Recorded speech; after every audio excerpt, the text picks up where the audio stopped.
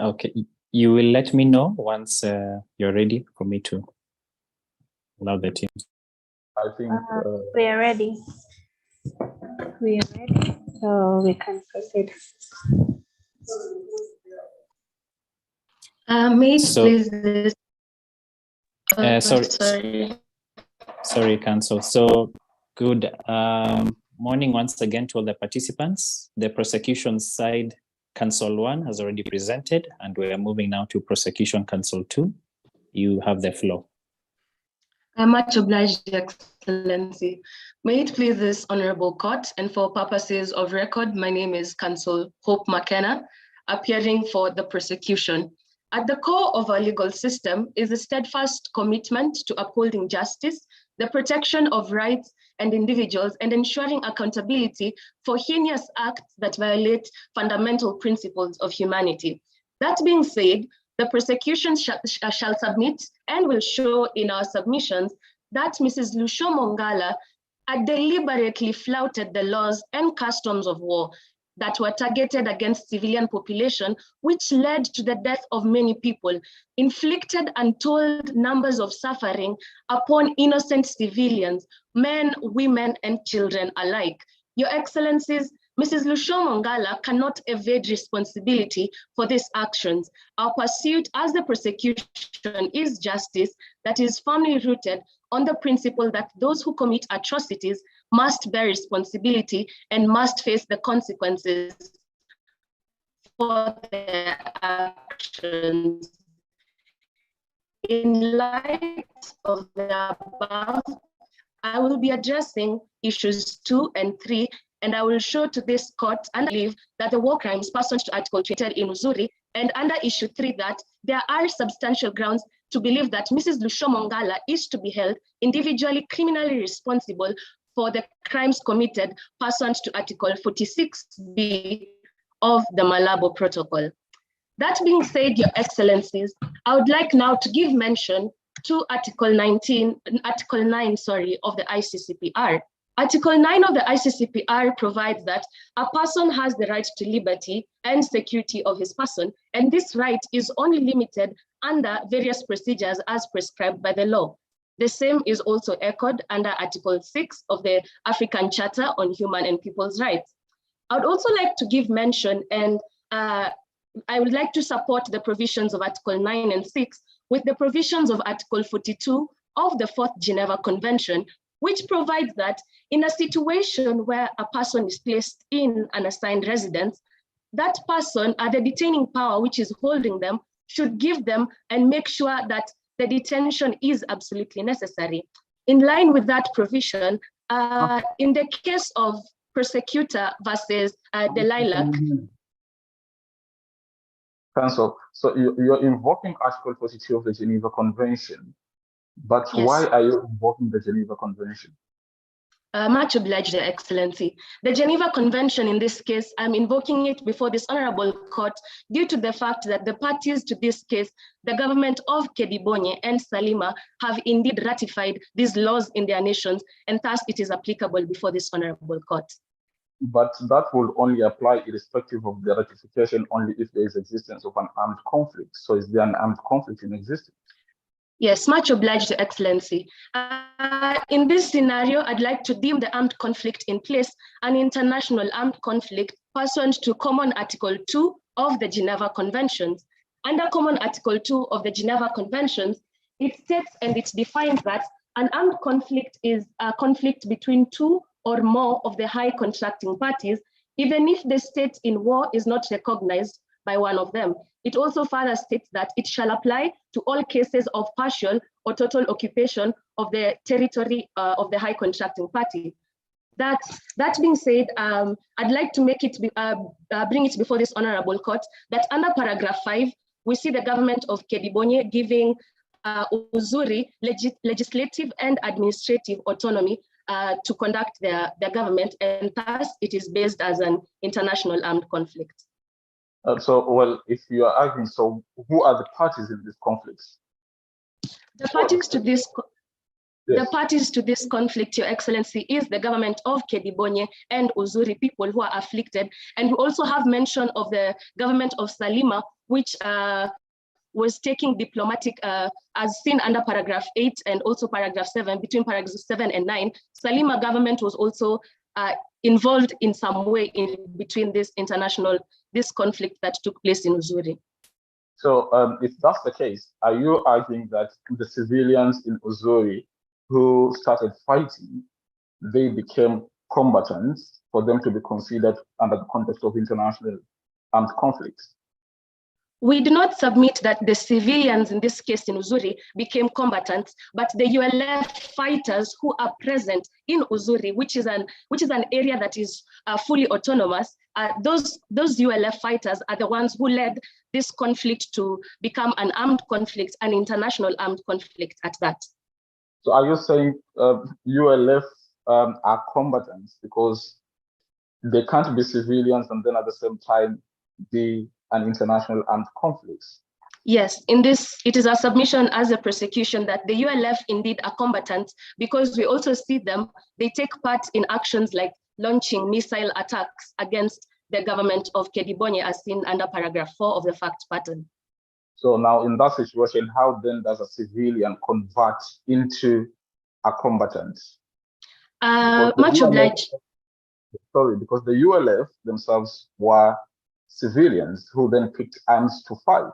So then does that mean automatically they become combatants? Much obliged, Your Excellency. I would like to bring before this Honorable Court, in line with the facts of our case, that we recognize that the wars that are taking part in the region of Uzuri has been present for the past 20 years. These wars have not just started recently.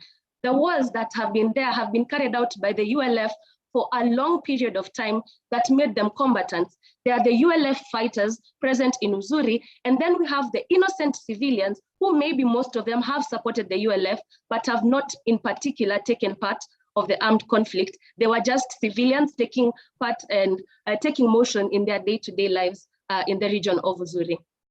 Well, the problem I have with that submission is ULF, they are regarded to be an organized armed group. But then how did they become combatants? Because combatants are members of the armed forces of a country, lato sensu. So how then did they become combatants? Or are you arguing, or is it your argument that ULF are armed forces, members of armed forces of Uzuri? Much obliged, Excellency. I'd like to give mention to the case of Prosecutor Vitadik, which was held in the trial chamber of the International Criminal Tribunal of the former Yugoslavia. In this case, it stated that armed conflict exists when there is resort to violence and use of armed forces between two states. It also stated that in international armed conflict only exists when there is resort to armed force between two or more states. As I had stated earlier, in this scenario, we have the government of Kedibonye and we have Uzuri region. In the region of Uzuri, we are recognizing that they were actually given legislative and administrative autonomy. This is to mean that Uzuri, in as much as it is not recognized as a state by Kedibonye, in its own merits, it is actually a state. And thus the forces, which is the ULF, that is being employed by, used by Uzuri, participated in armed conflict and thus making the situation we have in this place. Well, I understand your submission on that, but even when they were given legislative and administrative autonomy, Europe, that is the Uzuri Reunification and Autonomy Party, was the one that was governing it, not ULF. So how then can ULF be members of armed forces of Uzuri for it now to be between two states? Was Europe fighting against the Kedibonye government? Much obliged, Your Excellency. It is our submission as a prosecution that indeed ULF is part of the armed forces of Uzuri due to the fact that the ULF and also the Europe, the ULF's mottos and the motions that the ULF were trying to support was the reunification with Salima, which is also being stood for by the Europe, which is in charge of the area of Uzuri region. So therefore, we do submit that the ULF is actually an armed forces group which is found in the region of Uzuri. You may proceed. Much obliged, Your Excellency. As I was giving mention earlier to the case of prosecutor versus the Lilac, in this case, it was stated that whenever, while it was interpreting the provisions of Article 42 of the 4th Geneva Convention, it was stated that serious and legitimate reasons should be given as to why these people are being detained in these assigned residences. Furthermore, it stated that these people who are being detained should be suspected of acts of hostility or acts of sabotage and espionage against the opposing state. That being said, Your Excellencies, I would like to direct this Honorable Court to paragraph 12 and 13 of the fact pattern. In paragraph 12, Your Honor, we see the government of Kedibonyi taking actions in order to breach the privacy of the people of Uzuri in order to get the users who are using Asadat to support the ULF fighters. Furthermore, we see them in paragraph 13 carrying out mass arrests from the data they had acquired, and most of the supporters, most of the people who are arrested were people who are only mere supporters. These were not people who had taken part in hostilities. These were not people who had taken part in the riots. These were people who had merely supported the group of the ULF and the works they did in that region. Your Honor, pursuant to Article 19 of the ICCPR, which provides for freedom of expression, and we therefore determine and we therefore submit as the prosecution that the government of Kedibonyi had unlawfully arrested these people and had also denied these people their freedom of expression when they decided to carry out a mass arrest against supporters in that region.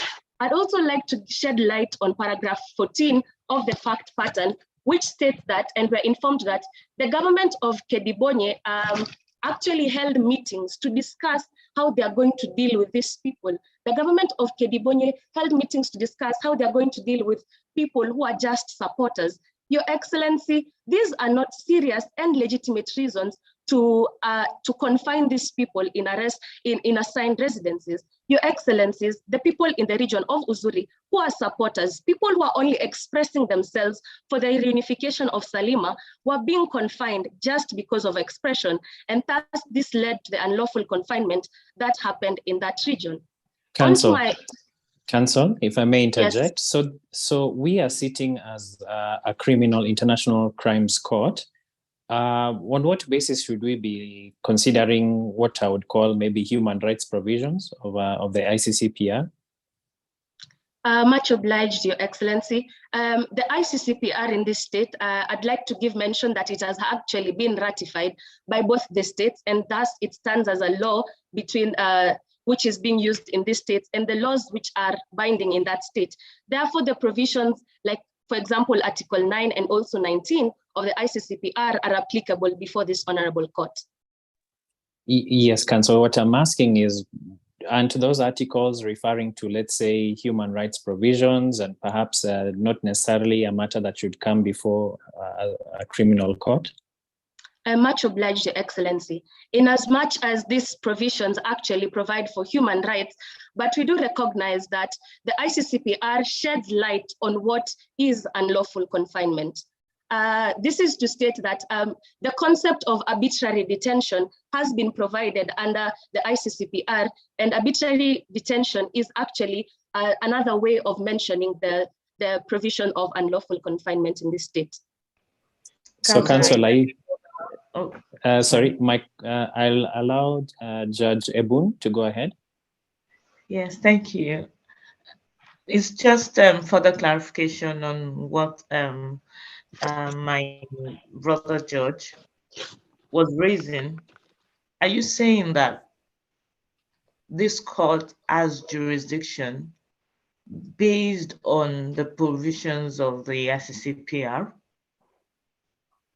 Are you saying that the provisions of the ICCPR criminalize confinement?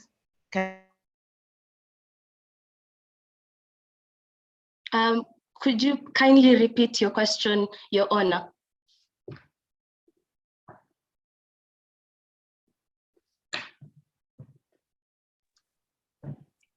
Apologies, we seem to be having technical difficulties.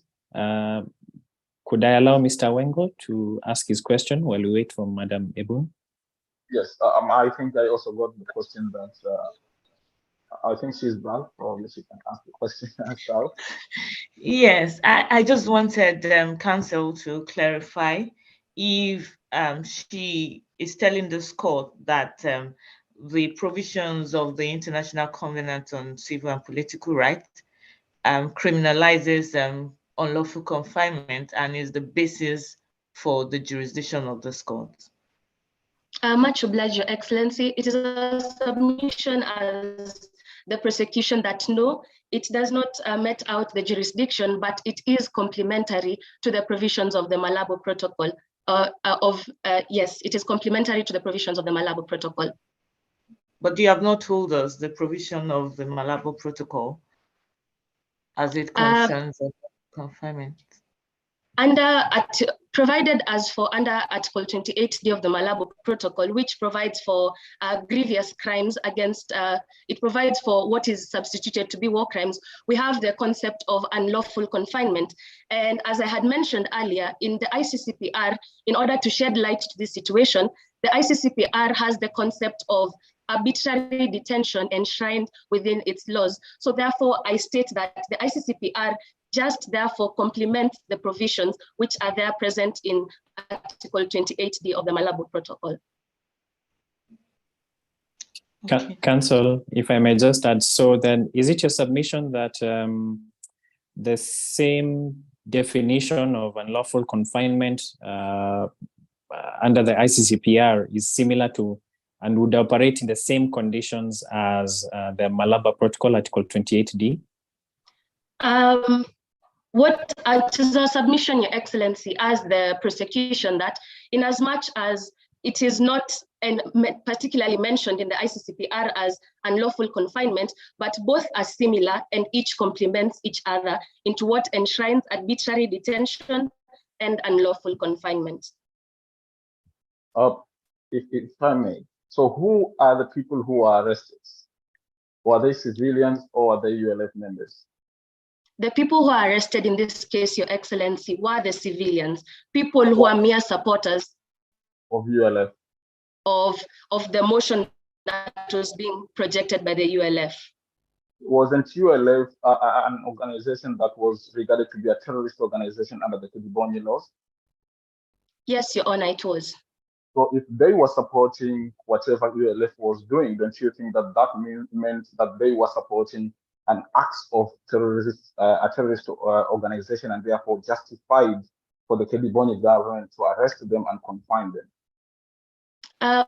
Much obliged, Your Excellency. It is a submission as the prosecution that the people who had only showed mere support, in this case, unlawful confinement is brought about by the fact that most of the people who are arrested were mere supporters. These were not people who had engaged in hostilities like the ULF fighters.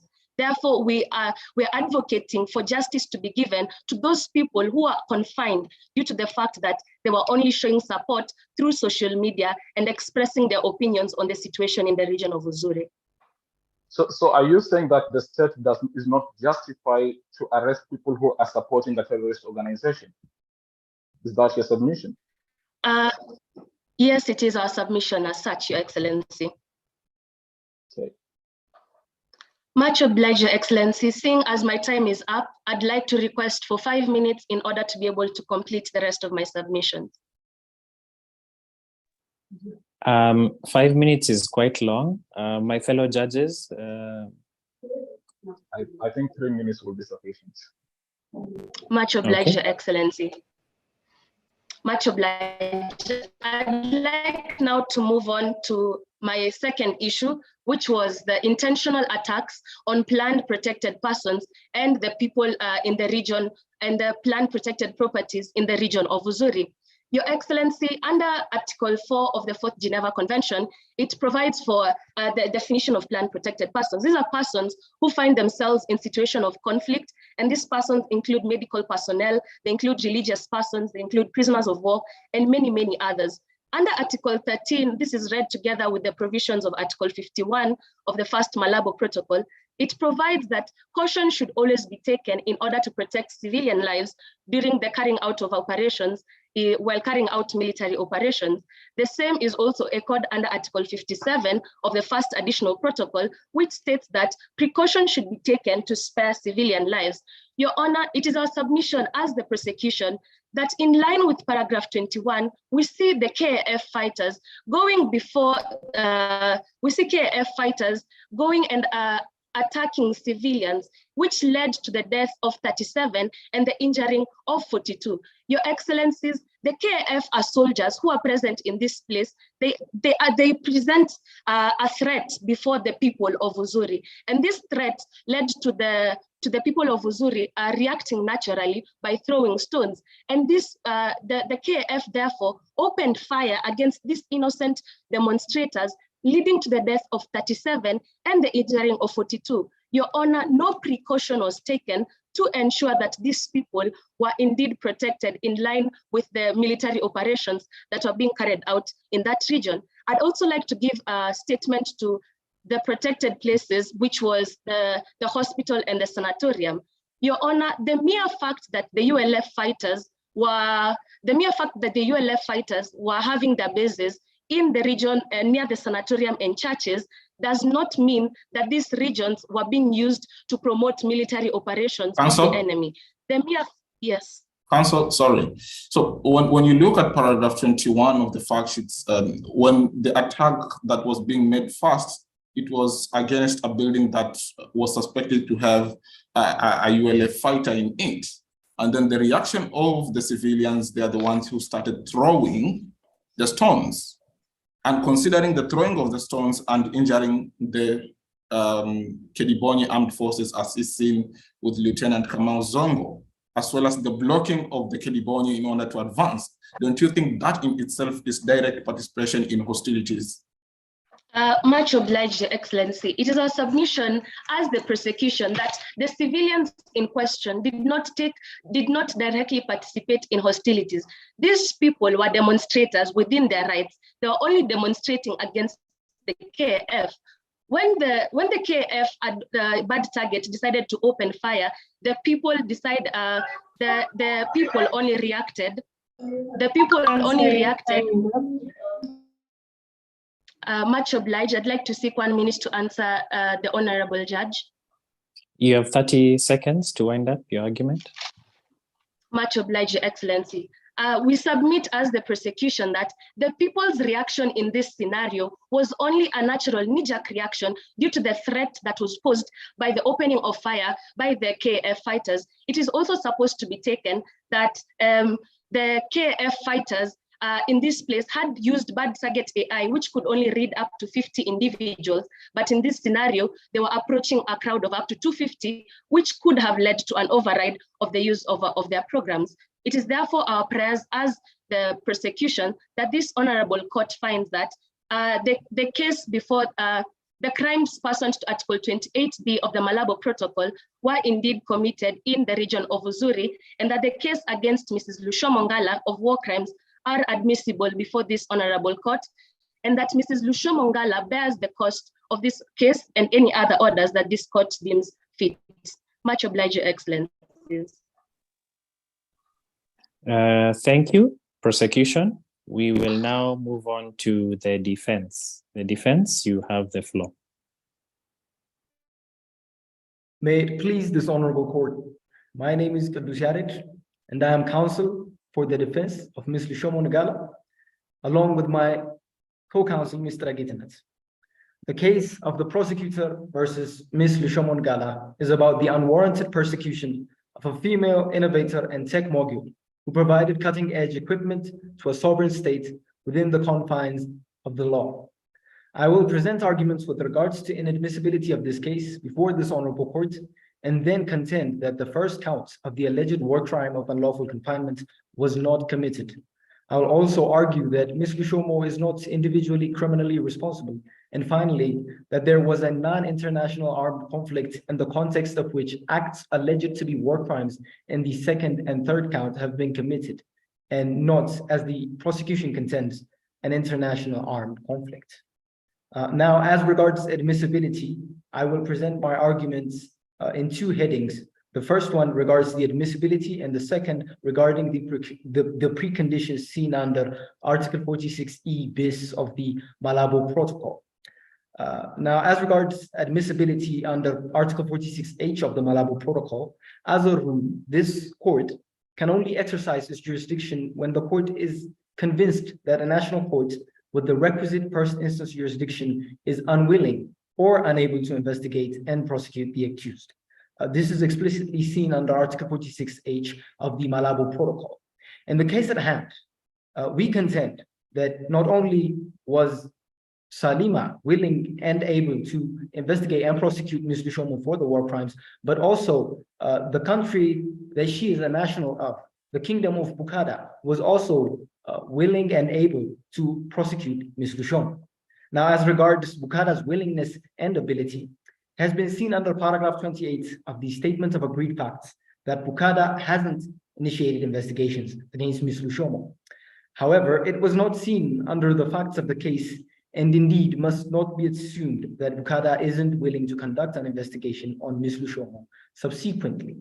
Bukada is the former colonial ruler of both Kedibonye and Salima, and looking into Ms. Lushomo's case, which is directly linked to the armed conflicts between Kedibonye and Salima and Kedibonye and the Uzuri Liberation Front, would be detrimental to subsequent efforts of Bukada to mediate a peace deal.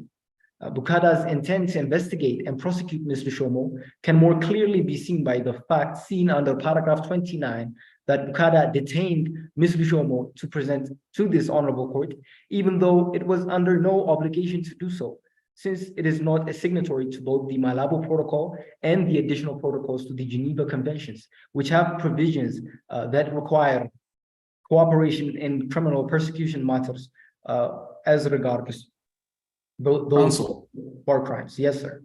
Counsel, so if Bukada was even willing to go in respect of the Malabo Protocol that this court is established, why then did they refuse the order to repatriate the defendant back to Salima for prosecution? Because that's what the Malabo Protocol requires, that the state, if it's willing to do so, then it should have that opportunity.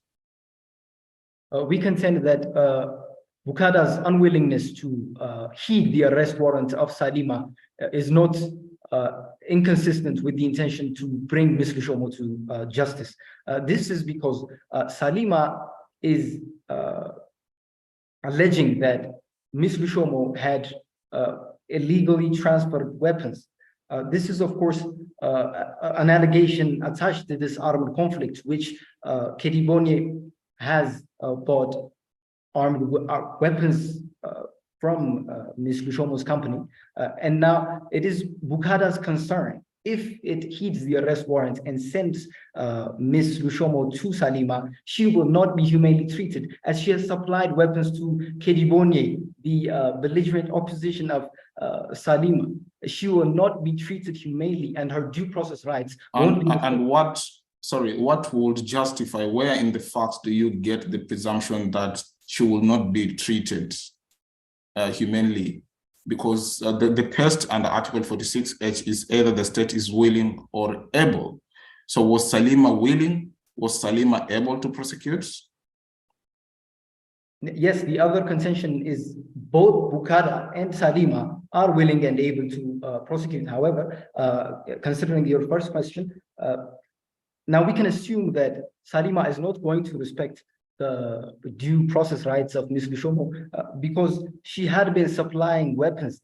This Salima state can be assumed, can reasonably be assumed that it is not going to respect her due process rights. It is, of course, merely an assumption, but it is a substantiated assumption on the part of Bukada. It is trying to shield not from justice, but from her rights, her human rights from being transgressed by Salima.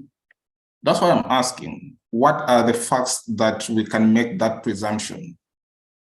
Well, the mere fact that there was an international armed conflict between Salima and Kedibonye tells us, and also that it can reasonably be assumed. This is a mere assumption, Of course, but relating to the fact that there was an international armed conflict in itself, I believe. Is it your submission that if there is existence of an international armed conflict, then human rights will not be respected, or human rights will not even apply?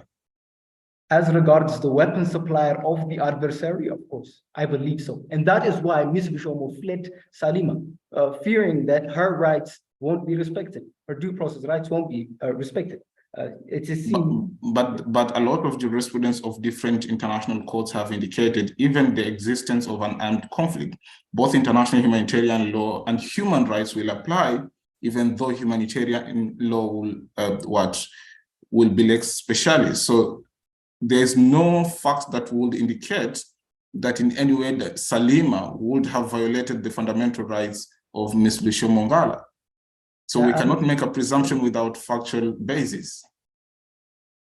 Well, the factual basis is that there was an international armed conflict, and provided that there was an international armed conflict, the fact that Ms. Bishomo fled Salima, her place of residence, and where she used to work, tells us that she was afraid that her due process rights would not have been respected. Counsel, one thing, I think you have contradicted yourself by stating that there was an international armed conflict in the last statement you just made. Yes, and secondly, yes, could we also imply that Bukada violated the rights of Ms. Lushomo because Bukada has not ratified the Malabo Protocol? So on what basis was it complying with the arrest warrant?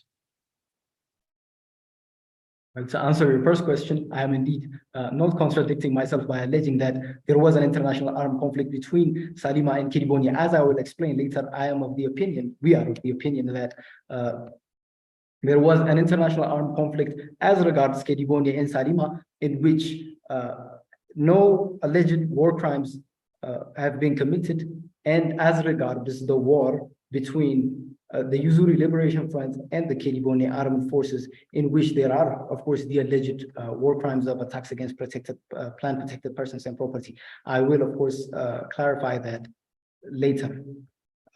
Can you please repeat the second question?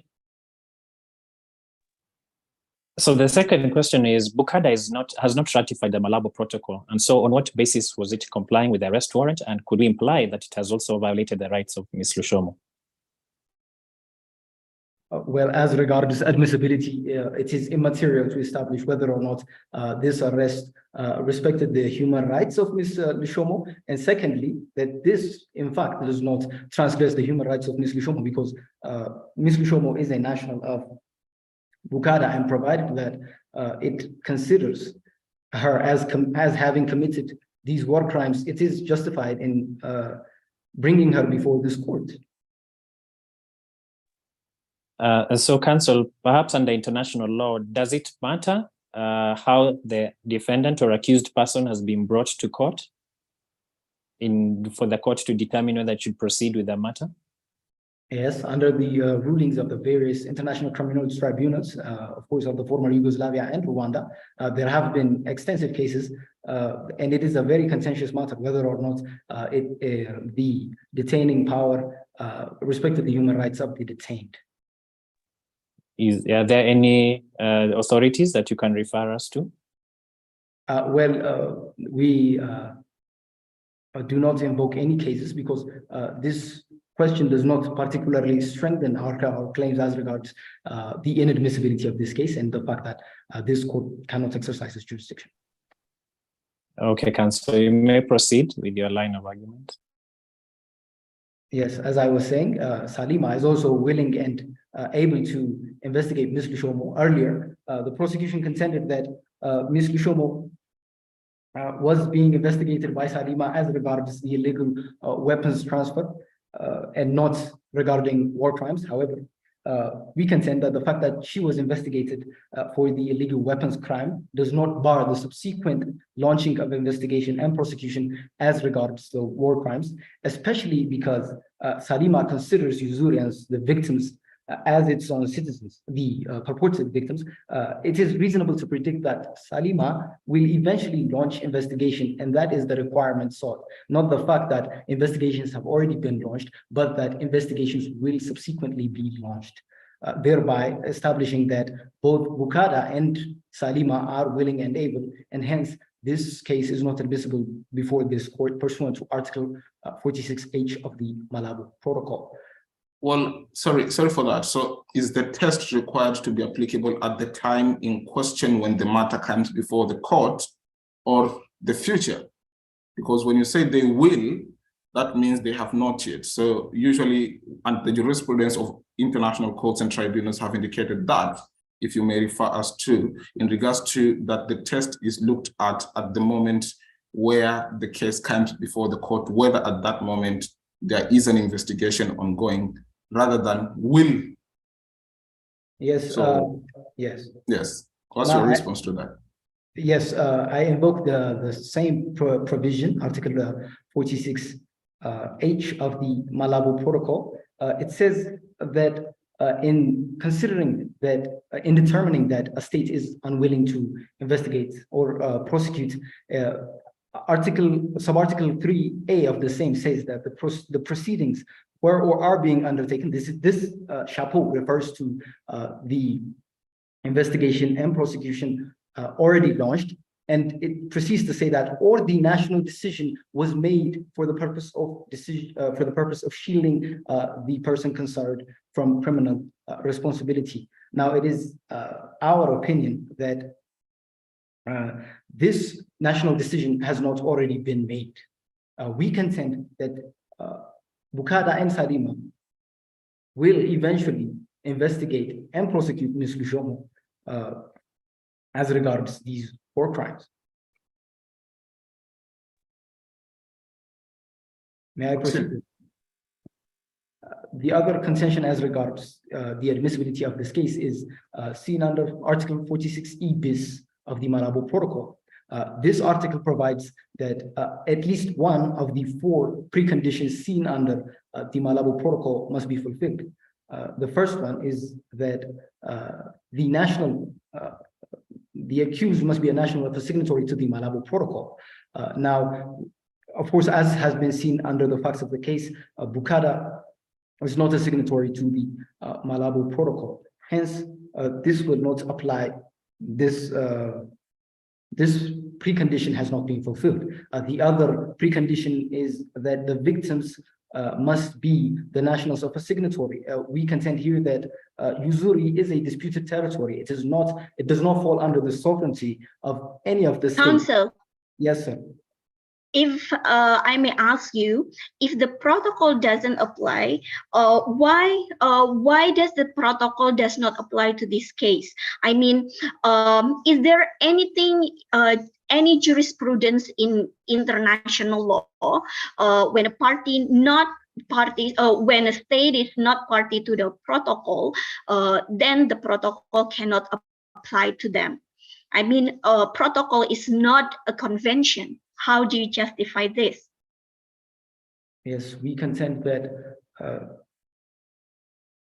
the states involved in this armed conflict, Salima and Kedibone, are both signatories of the Malabo Protocol. Hence, this applies as regards the 2. However, as regards Bukada, in the matters in which Bukada is involved, we must consider whether or not it is a signatory.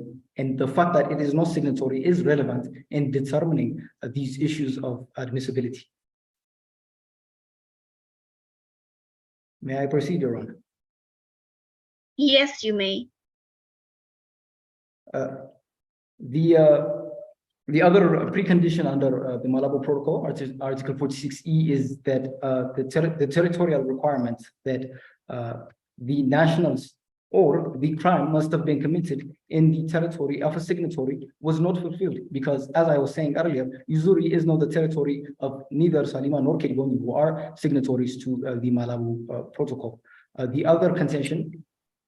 Counsel, sorry, if I may, are you able to distinguish for me jurisdiction versus admissibility? Yes. Jurisdiction refers to the power of a court to consider a case, whereas admissibility concerns would it be appropriate for this court to exercise its jurisdiction? That is the fundamental difference between admissibility and jurisdiction. The propriety of the exercise of jurisdiction is regarding the admissibility. Okay, with that in mind, then, okay, continue with your arguments. Now, I Councillor, your time is up. I request the Honorable Court for an additional 5 minutes. I think we'll give you 2 minutes, Council, 2 minutes. Much obliged. We urge Your Excellencies to rule that this case is inadmissible before this court. Now, as regards the first count of war crimes of unlawful confinement, it is the contention of the defense that there is lack of substantial grounds to believe that this crime has been committed. The explanations thereto are presented under 2 headings. First, the rules of international humanitarian law that apply in cases of armed conflicts and belligerent occupation aren't applicable, since there was no belligerent occupation when the acts that allegedly constitute unlawful confinement were committed. The prosecution has previously contended that Article 42 of the 4th Geneva Convention applies. Of course, we are of the opinion that there was neither an international armed conflict nor a case of belligerent occupation when the alleged war crime of unlawful confinement was committed. Now, earlier, Article 42 was invoked. We contend that this is an incorrect apprehension of the law. Article 42 is only applicable where aliens in the territory of a belligerent have been detained. In the case at hand, the detainees, the Uzuri residents, are not aliens in their own land. Therefore, the provision that applies to them, if the court finds that there was a belligerent occupation, is Article 78 of the 4th Geneva Convention. We understand why the prosecution invoked Article 42 is that because it grants a broader protection to the detainees, that there must be an absolutely necessary reason for detaining them. However, under Article 17, Council, yes. So sorry if I may interject. So your submission is there's no international or non-international armed conflicts.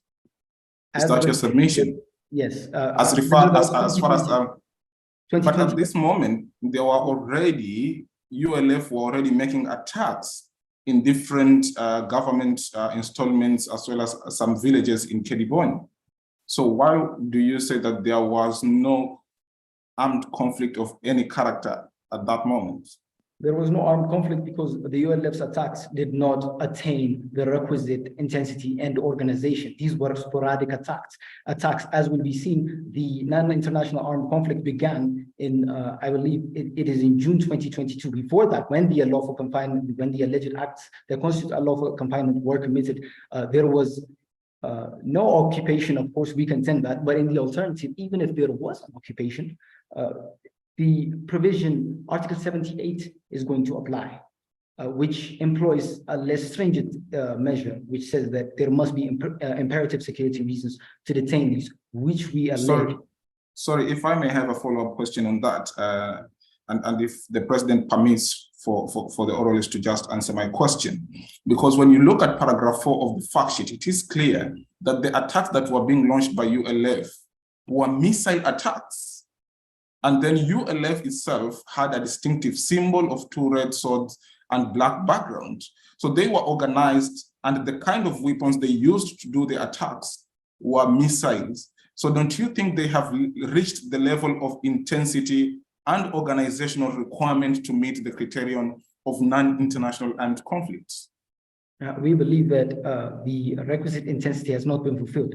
Mere shots of missiles cannot be, because they're sporadic, they cannot be considered as having sufficient intensity.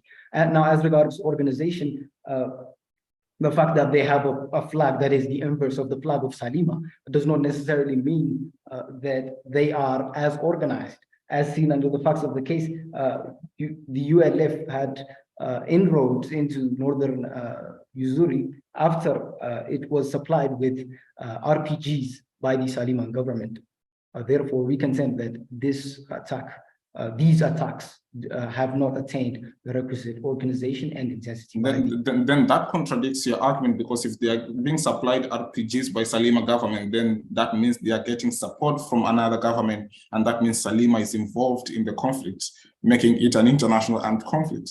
This supply began in September, I believe it's in September 2022.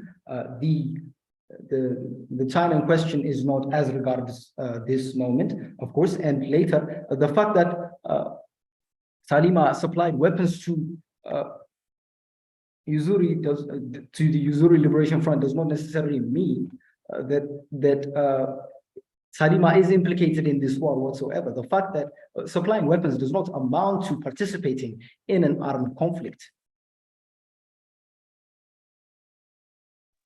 Council, you have 10 seconds to wind up.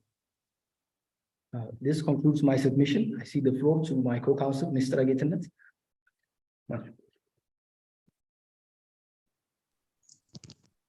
Just to acknowledge the presence of one of our judges, Professor Nilam and Dalia. You're welcome.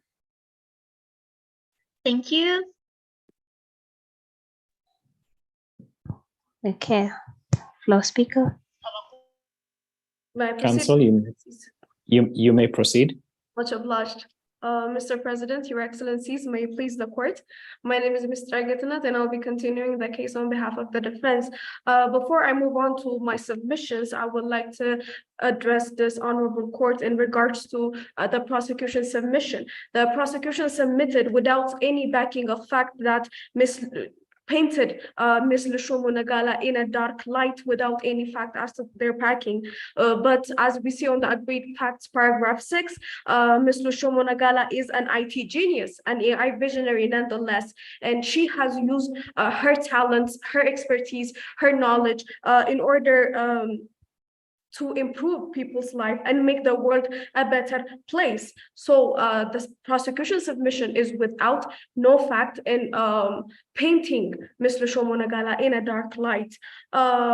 In regards to her violation of the laws of international humanitarian law, she rather provided means in which it can be strictly abided by.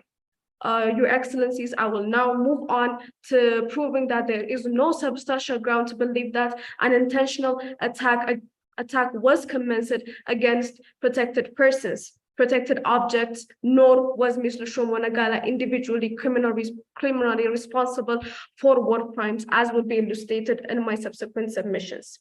First, addressing the issue of attack against protected persons, the defense admits that the attack at the Old Town Plaza is not directed against civilians, but rather, Your Excellencies, individuals taking direct participation in hostilities. Thus, the attack was not in violation of any international humanitarian law, because the status of the civilians were derogated at the time as per Article 13.3 of Additional Protocol 2. As seen in the 2009 ICRC's interpretive guidance on the notion of direct participation in hostilities, it puts forth 3 criteria that must be fulfilled in order for one individual's participation to amount to direct participation in hostilities. Namely, these criteria are threshold of harm, direct causation, and belligerent. Counsel. Yes, before you continue, could you please provide me with information of what are the criteria of war crimes? And by giving that, you should also give reference to any perhaps conventions or any legal background on it. Could you please provide me with that?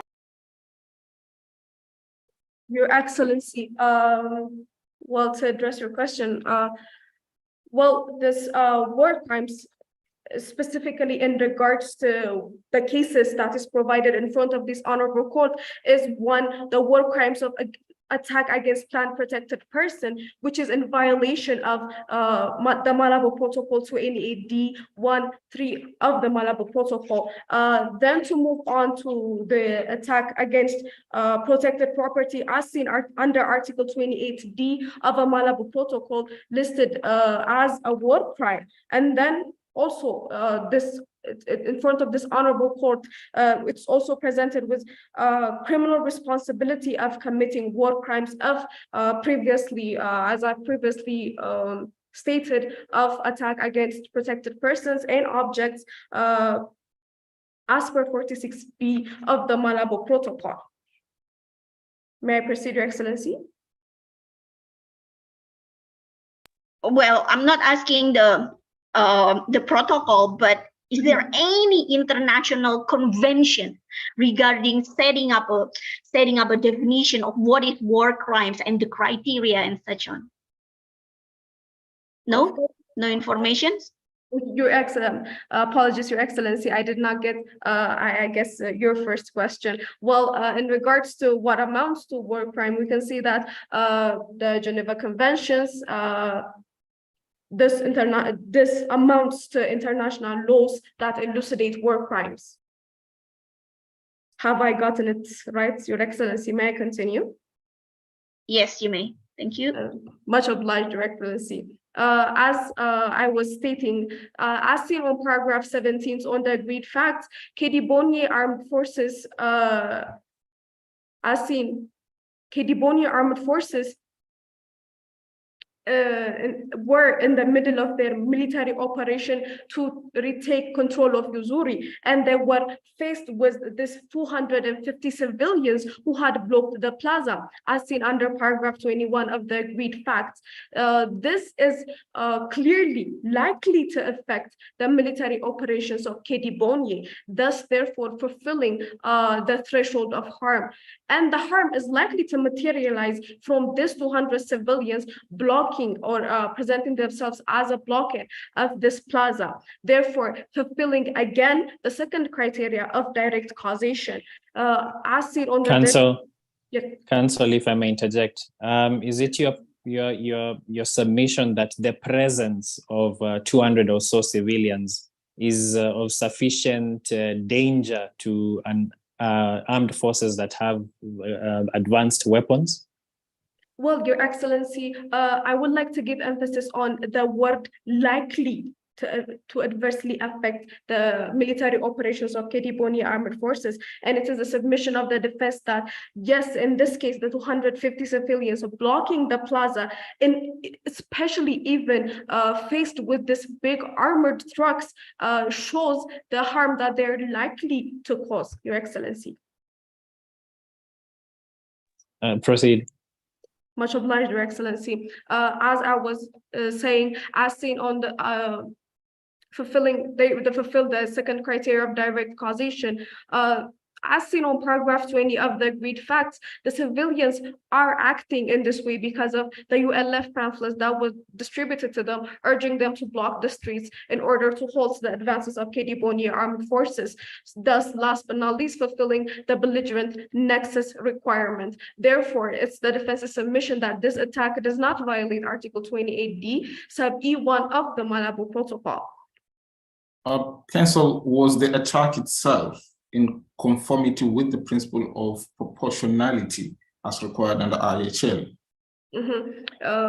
Certainly, Your Excellency, as seen on the agreed facts, paragraph 21, this is in line with principle of proportionality because the bird target recognized in the crowd that there was a person holding an RPG. Therefore, bird target commencing an attack on this direct participants in hostilities did adhere to principle of proportionality in regards to the damage that the person with an RPG could cause. It did not identify, but it did not actually indicate, but there was a possibility that it was a ULF soldier. So it was not 100%. Yes, Your Excellency.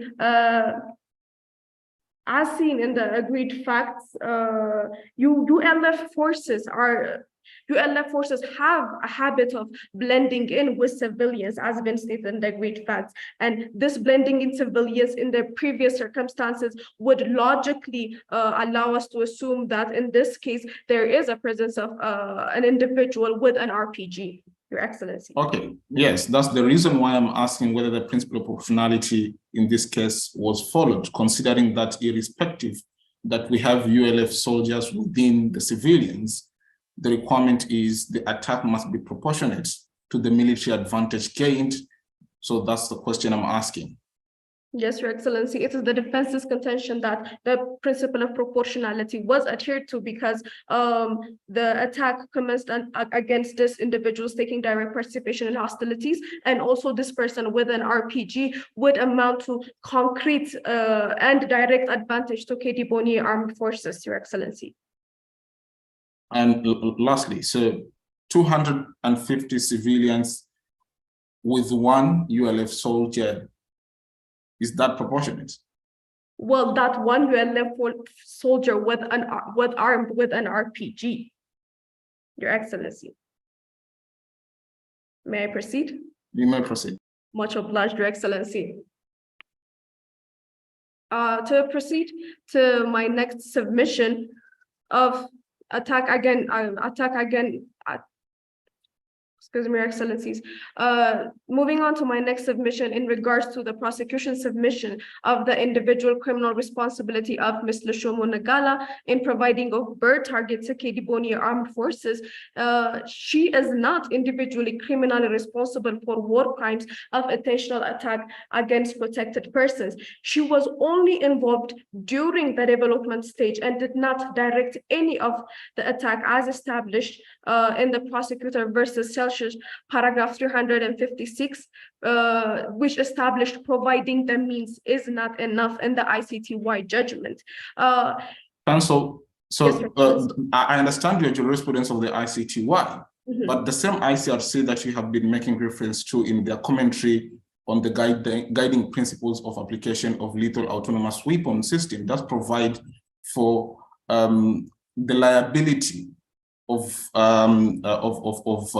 what we call the people who provide the weapons itself, or the developer. Sorry, it's called developer liability. And therefore, don't you think in this situation, since you indicated Ms. Lushomo Ngala was only a developer, then the developer liability applies especially on autonomous weapons? Well, Your Excellency, target especially she has put in a human intervention in regard. The attack was not by her. The attack was at the end of as seen on the agreed facts, paragraph 19. Sorry, I think there's a network problem. I couldn't get the response clearly. Pardon, Your Excellency. I couldn't get you clearly. I think there was a technical issue. Oh, apologies, Your Excellency. To answer your question, in this case, the attacker, the gunners, are the ones that are liable, because in this case, she puts a 10 seconds of human intervention in regards to bird target, as seen on the agreed facts, paragraph 19. Before bird target fired, there is 10 seconds where the gunner can fire or abort fire. Therefore, making the gunner that's ultimately directing the attack. And in this specific instance, Your Excellencies, the attack was directed against individuals taking direct participation in hostilities. Yes, but I understand your yes. So I understand your submission. Yes, Mr. Nda. Yeah, sorry, just go ahead. Doctor, go ahead, Mr. Wingo. Okay. Thank you. So I understand your submission in regards to that, but the issue of concern here is, irrespective of the actions taken by the armed forces, her as a developer, she has a higher responsibility because she's the developer. And that's the whole essence why the ICRC commentary does indicate that the developer has also liability, especially when it comes to an autonomous weapon. Well, so when you compare the responsibility of the soldiers on the ground and the responsibility of the provider, this court has only jurisdiction over those who have high responsibility. So don't you think then, therefore, the high responsibility applies to her? Well, for one thing, Your Excellency, the commentaries are not binding. They're just that, commentaries. And to go on, to answer Your Excellency's question, in this case, the gunners are responsible this is the defense's submission because it's in real time in regards to the use of the weapon that the gunners make the decision. Therefore, it's them that's more liable than Ms. Lushomo Nagala, who has taken the precaution to put in a 10 seconds intervention. Your Excellency. Counsel, following on from my brother judge's question and from your last few sentences that you just made, I do wonder whether you appreciate the nature of international criminal law, such that would it be your submission that this court should actually be trying the soldiers themselves who are manning the guns as opposed to their superiors? Well, Your Excellencies, their superiors are the one that's giving the order, so obviously their superiors will be taken liable. But in regards to the comparison of this gunners and Ms. Lushomo Nagala, they take higher precedence, is my submission, Your Excellency. Do you have any legal case, authority to refer to on the issue of responsibility? Well, we see in the case of prosecutor versus Barushima of the ICC criminal court decision, in regards to this case of the prosecutor versus Barushima, the knowledge of crimes being committed and by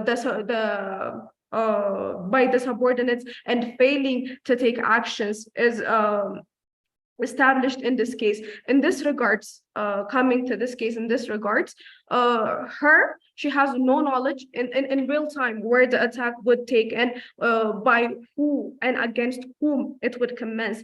But for her to take the precaution of putting 10 seconds, it's the defense's submission that she should be appreciated for her innovations, Your Excellencies.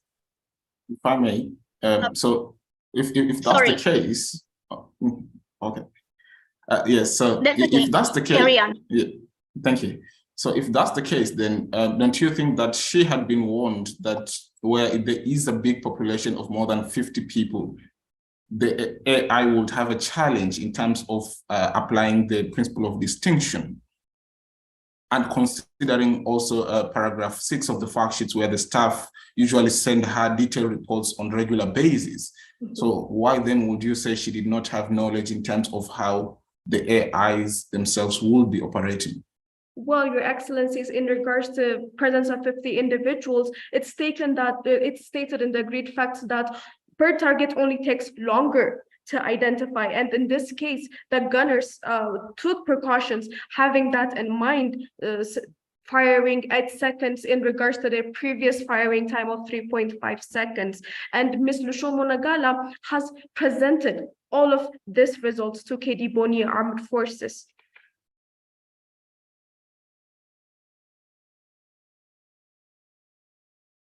Your Excellency. Okay, I do aware that your time is up, but I have one more question following the question from my colleague, Judge Swaleh and Judge Dennis Nambo, that one of the most important element in the crime is the intentions. Don't you think that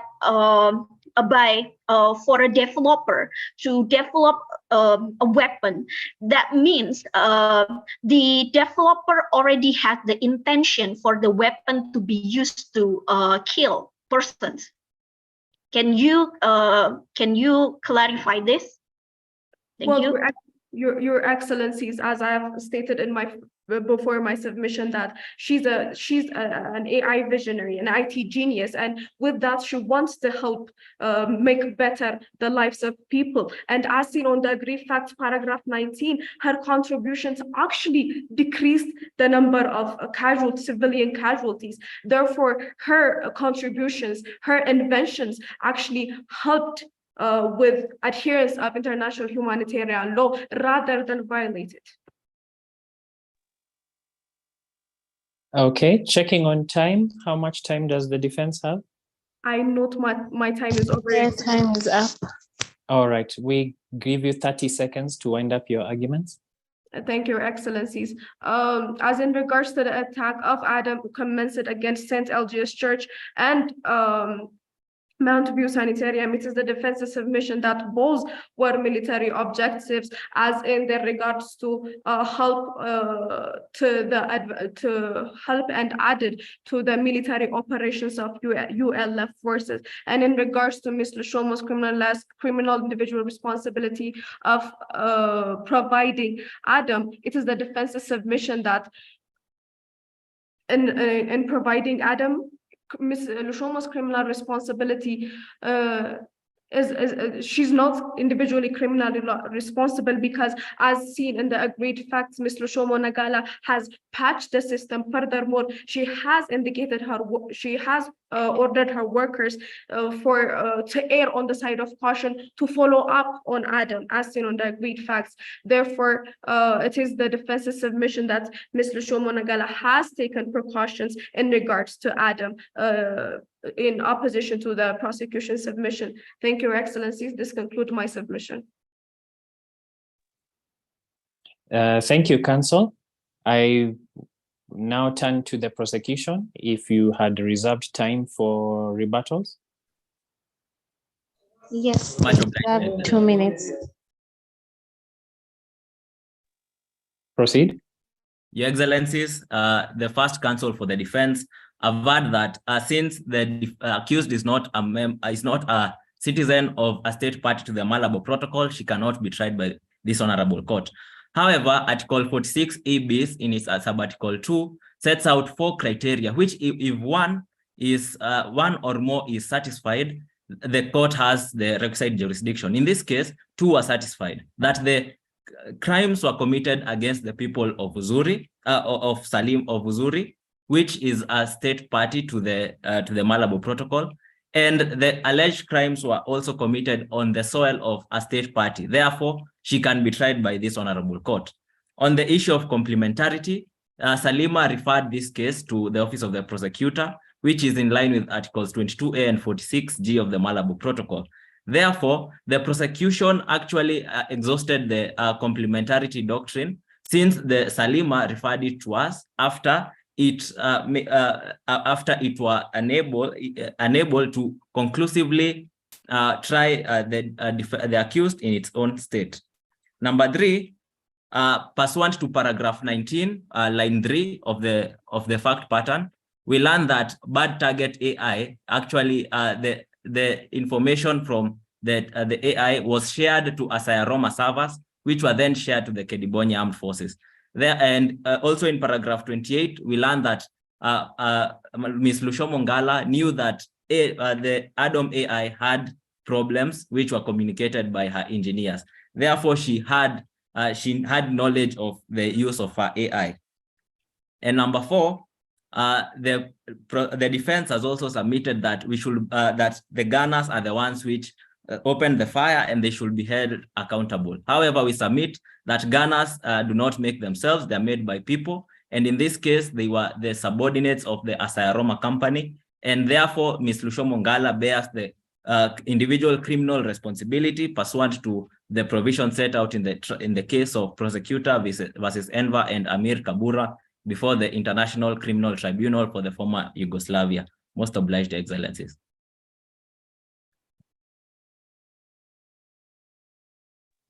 Thank you, Counsel. I believe the defense also has time for some rebuttal. Yes, 3 minutes.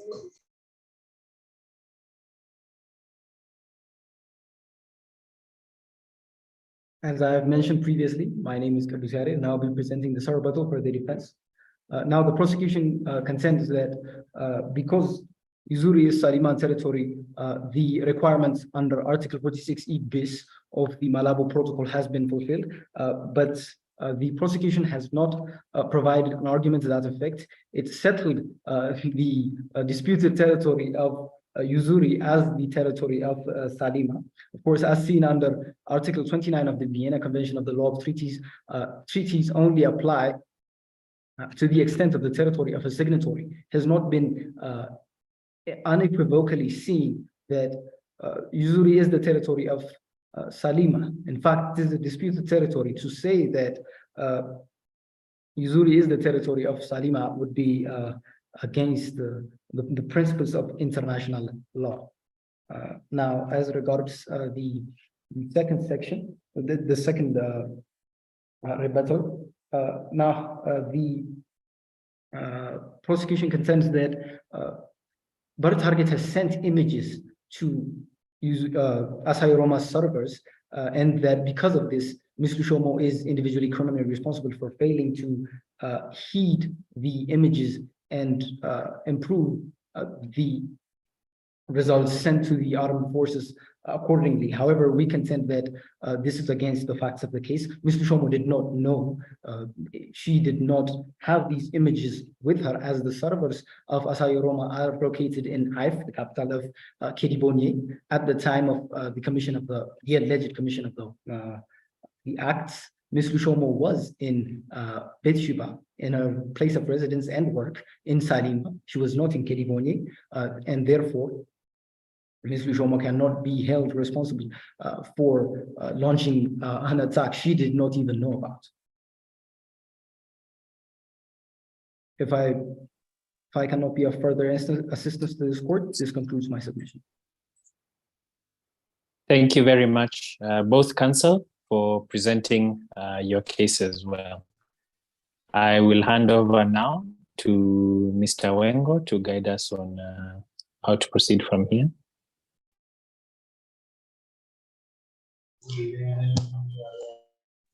Actually, as the clerk, this honorable court is going to take time for the judges to deliberate. The session has been adjourned for the judges to go into the judges' room, have a deliberation, and then we'll be back to know who has advanced to the final rounds. So just stay put.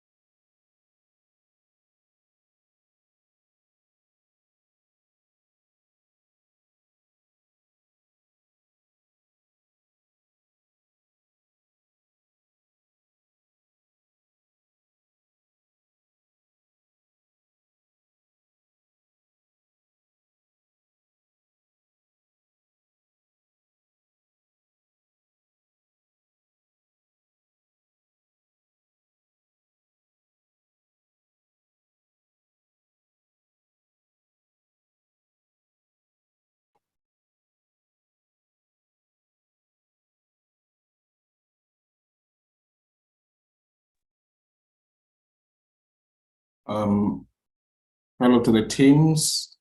You could open your cameras now. The judges are back into the courtroom for the purpose of giving comments, so you can put your cameras on.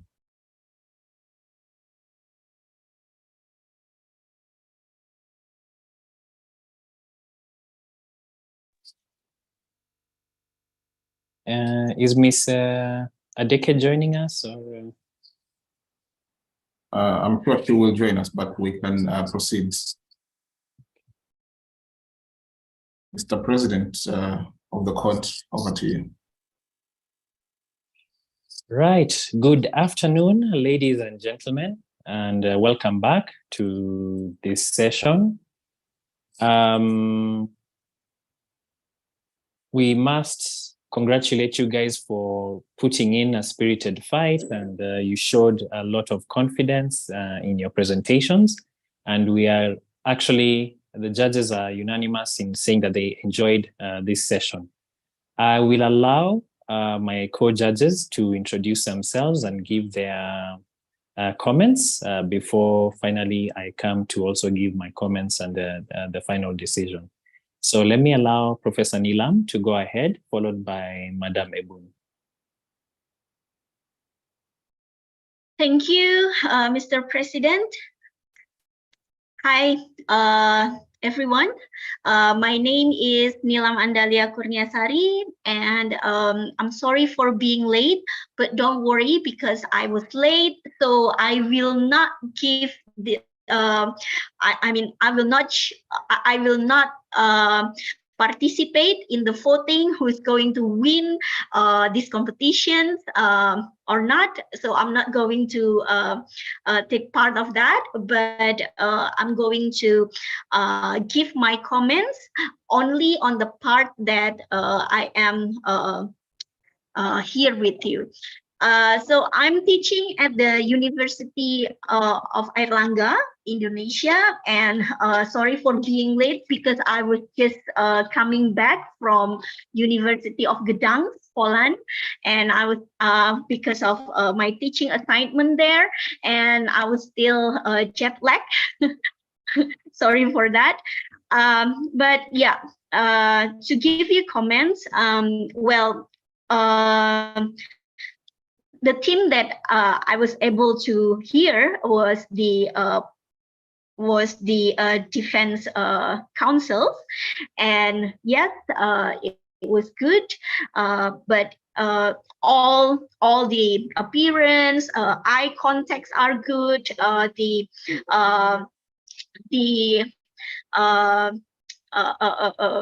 Comments are very good, and regarding the contents of the defense, I tried to ask general questions, like for example, regarding international law, for example, the use of the criteria of war crimes, and I asked the reference to is there any international conventions which particularly mentions about the criteria of war crimes. Well, perhaps if you were asked that questions somewhere else, you may refer to a particular convention and also the clause, the article of that convention. So this might help to give you a legal basis for your answers. And regarding any other else on the content, it was good, it was nice. And also regarding the case, perhaps there is a elaborations on the use of the intention of the intention of the developer of the weapon, because if you if the question is regarding the criteria of a crime, then in any crime, including war crime, intention is the one of the most important criteria that needs to be satisfied. That's all I wanted to say. And regarding the rebuttal from the prosecutors counsel, it was good. It was very straight to the point regarding the rebuttal. Very nice. Thank you. And I would like to give the floor back to the president. Thank you. Thank you, Professor Nilam. I now hand over to Madam Ebun also to give your comments and introduce yourself also.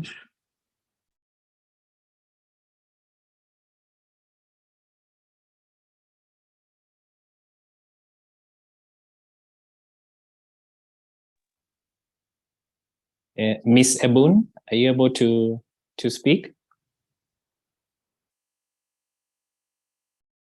I think she has a technical challenge. So you can try to unmute and then try to speak. Yes, Miss Ebun, you may now have the floor.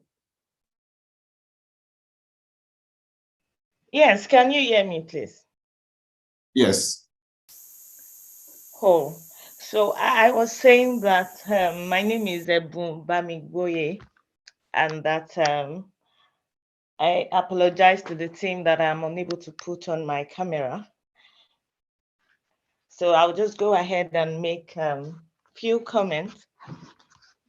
I appreciate both teams. It was exactly a great performance. You demonstrated absolute confidence in yourselves and in the argument that you're making. And I think that will go a long way for you. Also be assured that in a competition, someone must win. Does not mean that the other team is bad. So let me begin with the defense. I appreciate the confidence displayed by both counsel and their demeanor throughout the entire process, regardless of the questioning.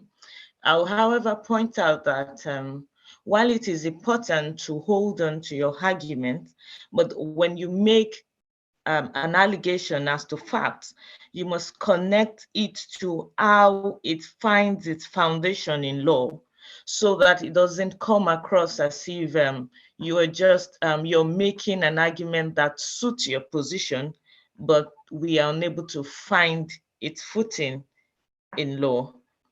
But regardless of that, I think that you did well. Then prosecution, I enjoyed how you divided your argument, starting with jurisdiction, admissibility for the first counsel, then moving on to the count by the second counsel. I must particularly commend the second counsel on her confidence. I think she was thoroughly questioned and she was able to maintain her stand. I think that is good. I'll however point out that when the subject matter is a crime, then if you're alleging that a crime has been committed, the primary law should be the law defining that crime. It is the first thing, because there cannot be crime with that definition. Is one of the general principles of international law, that a crime must be defined. So if you're saying that a crime has been committed, then the primary law you should be quoting, which is in this case the Malabo Protocol, Article 28, about unlawful confinement, should be the primary law that you cite. Then you can use other relevant laws to probably give further explanation as to what the term you refer to means. Yes, but regardless, I think both teams performed excellently. Congratulations to you. Thank you. I hand over now to the president. Thank you. Maybe Madam Ebun, you didn't inform us where you are situated. Oh, sorry. I am in Nigeria. I lecture in one of the universities in Nigeria. I teach public international law. I teach criminal law. Yes, thank you. Thank you very much, my co-judges. Mr. Wengo, are you also going to say something? Yes, Mr. President. Okay, so for purpose of introduction, I know most of you know from the emails that I've been sending. My name is Saleh Ahmed Wengo. I'm the Vice President and Director of Operations and Logistics at FIS. I'm also a lecturer of law with specialization in public international law, international humanitarian law, international human rights law, international criminal law, as well as investment law and arbitration. And I am the author of the book Problem. I'm sure the participants could tell from the front and back questioning that we had probably made there was the devil in the room. First and foremost, for me, I'll be a little bit specific for each of the oralists. And I will start with the first oralist of the prosecution, Mr. Njoroge. I like your submissions, the confidence, the demeanor, that was brilliant. One thing that I would like to recommend, you need to go back to the drawing board and look at the classification of the conflict. I'm not saying that your classification is wrong, but I'm just saying that you need to understand, go back into the facts and look at them properly. So I'll not be telling you straight to the answer that this is the position, but you need to go back into the facts again and look at them, because I can truly tell you there is more to it than what it might seem. So you need to go back into the fact sheets and look at it and in regards to what. And I think that goes also to the defense team. You need to go back and look at this question of classification of the conflict and as to whether or not there is an armed conflict or there is no armed conflict. Then to the second oralist of the prosecution, Ms. Hope. I truly concur with the comments made by Madam Ebun. I know there were too many questions on you, and I like the confidence and I like the way you responded to the question, the stand you put in terms of the questioning that were coming in and the clarifications that needed to be made. One point that goes through the whole of the prosecution team, please, you need to go back to the facts and read the facts well. And when you are making reference to the facts, make sure that the paragraph of the facts you are making reference to is the correct paragraph of what you're saying. Because, of course, from my end, I could tell, the moment you say the paragraph, I can tell, yes, that's the correct paragraph, or if I could tell that's not the correct paragraph. But it might be true what you are saying, it is in the paragraph. But the moment you give a wrong paragraph, it is in the fact sheet, but if you give a wrong paragraph, and if a judge is following from either their screen or their hard copy, they will be wondering, okay, this one maybe is giving us facts that do not exist in the fact sheets. When the facts do exist, but the paragraph you are giving is a wrong paragraph. So you need to counter check your arguments when you are making reference to that. And the last thing, case laws. When you are giving citation of case laws, try your level best to give the citation of the parties, the courts, if you can, the year and the paragraph you're making reference to. So when you invoke the Tadic case, there are quite a number of Tadic cases. Is it the pre-trial chamber? Is it the appeals chamber? Is it the confirmation of charges here? Which one are you making reference to? So that's the whole essence why you should be able to do that. That comment, I will not want to repeat, in regards to the facts and the case law also goes to the defense team. So that is one thing that all the teams had a challenge with in terms of making specific reference to the full citation of cases as far as the courts and the year. So for the defense, starting with the first one, Kidus, if that's the correct pronunciation, if I'm not wrong. So I liked your submission. You have this calmness in you that you make the submission when you are calm and you are not taken over irrespective of the questions that are being asked. One thing that I would like to tell you is when you are trying to make a presumption of the facts, you must be able to support that presumption with the facts themselves. So I'm not saying totally that you should not make a presumption, but you can say, well, it can be presumed this based on this and this and this and these facts.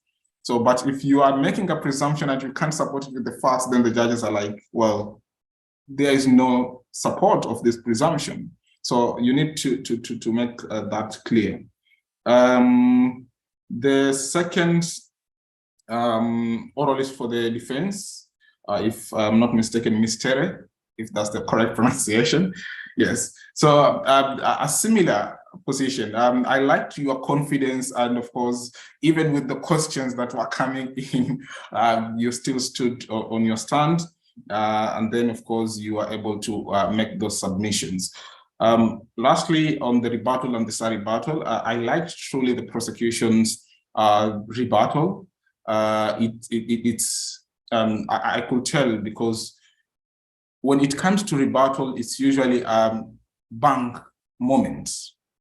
They said this is our submission. They said this. So it's just pointing, attack, pointing, attack. That's how a rebuttal works. And I can tell you for sure, because I have been in your situation more than 15 times across the world. So I can tell you, I know. The SAR rebuttal, it was okay. There are some rebuttal arguments you didn't go into them, and you had time. So you should next time be able to be in that position. Go into all the rebuttals that have been mentioned. If you have the time, go into them. Do not what? Irrespective of whether it's the retaliation of whatever you had already said. Sometimes when you go back to the submission and say, well, this was our submission, so whatever they said, it was not the proper position, then in that moment, the judges get to work, because whatever you say last sticks to the minds of the judges. So, but otherwise, it was a good round. I wish you the best of luck. One thing I should not forget to tell you, as Professor Nilam indicated, myself and Professor Nilam are not involved in the decision. As you know, I was an observer judge in this round. The whole essence is because I am the author of the moot problem. That's the reason why I appeared before this round, but I was not involved in the decision. But of course, whatever I saw in the round, I give the feedback to you. So I will now leave it to the president of the courts, Dr. Dennis.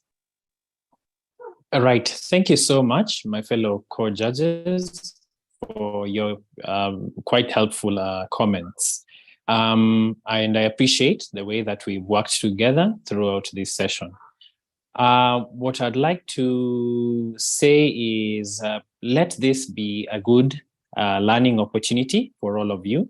This is one among many competitions that you will participate in, and it's not the last one that you should be participating in. In fact, the comments that the judges have given you are helpful even beyond simply a moot court competition. For those of you who will wish to become practicing advocates, solicitors, barristers, or whatever it is, whatever the comments that they've given you are quite helpful in the real life. In real life, you also, the stakes are higher, because whatever you're presenting will actually determine somebody's life or somebody's business. It will have a financial cost to it. So please take those comments in kind, but also remember this situation is not also an indictment on your personal character or whatever. This is a competition, and sometimes things go well, sometimes they don't go well. You make a mistake. I remember a few slip-ups, somebody referring to Uzuri as a state and things like that, and so on. So there are those mistakes that you make while speaking, and it doesn't mean that you're a bad competitor or a bad orator and so on. So please take this as one good opportunity that you have to enjoy. It's a part of life. In competitions are there. And sometimes you win, sometimes you come second, and so on. But generally, a point I want to emphasize is, especially with the comments Mr. Wengo has made last, this is the level at the level at which you should be operating. When you reach the semifinals and finals, much more is expected of you. You cannot be making simple submissions that you were making at the earlier rounds. You need to have your facts straight. You need to have them at your fingertips such that you can make correlations between one set of facts, paragraph, and another paragraph, and so on, making inferences and so on. You need to just know them. But secondly, also, you need to have practiced what arguments would you expect from the other side. That would help you prepare to defend yourself in case somebody says a particular thing. So please don't just prepare if it's prosecution, what laws do I need to know, what provisions, but also think, what if the other side challenged you on this? What would your reaction be? What if the judge asked me this? What would my reaction be? So please, that is the level that is expected of you, and you need to, within the short time remaining now, to work much harder on improving that. So you do need a lot of, to refer to a lot of case law, a lot of legal provisions. That's also already been mentioned by Professor Nilam and Mr. Wengo and so on. You need, and then finally also, don't spend too much time making grand statements, opening statements, and with things that will give the judges questions to ask you. Go straight to your point. Okay, both teams tended to make these statements of our client is, is a good person, or this or that, or the accused is doing a big injustice to the entire world. Try to just go straight to the point so that you also minimize the questions that the judges will ask you. All right, so thank you. It's been a pleasure taking part through this session with you. And I guess the final decision, the judges deliberated, and what we felt was that it is the prosecution that will proceed to the next round. We thank you, the defense, for how you challenged the prosecution, but now we wish to also wish the prosecution good luck as they move ahead. With that, my counsel, I think I would like you to encourage you to reach out to the judges as well. Perhaps there are other opportunities that you may be able to get from them.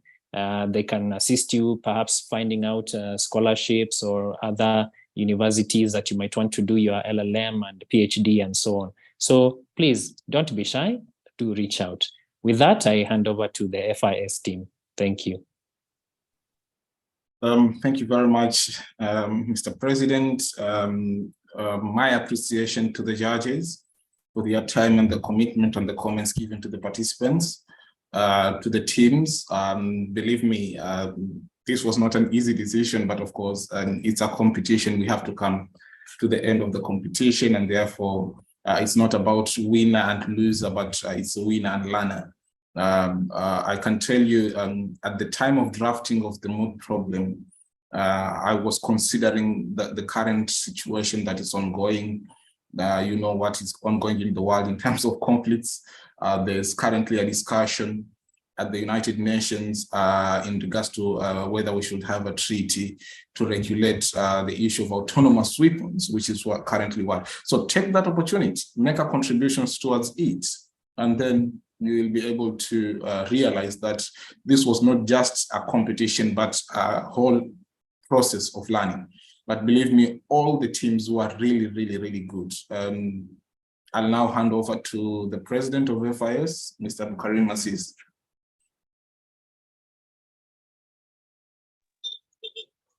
Thank you so much, Mr. Swale. Thank you so much, the judges, starting from the president, Dr. Dennis, for a job well done. Thank you for giving the wonderful feedback to the participants. We appreciate that a lot. Thank you so much to Professor Nilam. Your ability to show up shows commitment. Notwithstanding your engagement, you still decided to honor the invitation. Thank you so much. We appreciate that. We thank you so much for your feedback. To George Ebonlua, thank you so much, all the way from Nigeria. Participant, you can see the combination of the judges you had from Indonesia, from Kenya, from Nigeria, and from Saudi Arabia. So we just, in addition to what the Vice President, Mr. Swale, has told you, use this opportunity to network with fellow participants, to network with judges. If you request, recommendations in future endeavors, we have people who can gladly do that for you based on your performance and on merit. And so it's not a do or die affair, it's a win and learn competition. And so we hope that you take every feedback in good faith and you polish yourself more. For the team going to finals, we'll see you tomorrow. And even the team that's not going, we hope you will be able to join us so that learning is a continuous process. And we continue to do that in our daily endeavor. So thank you so much on behalf of FIs. We thank everyone for being part of this process, and then we wish you all the best. Thank you. Before we go, so the team that is progressing to the finals, please do not leave. There's some communication we need to make to you. But otherwise, thank you so much for the defense team. I will send an email, but we will have an awarding ceremony tomorrow, and that will include more than the winner of the moot, of course. So you never know, you might be part and parcel of the winners for other sections of the awards. So, but I will send an email to that effect to all the teams. So otherwise, thank you so much. Ms. Adeke, I think you can now stop the live stream.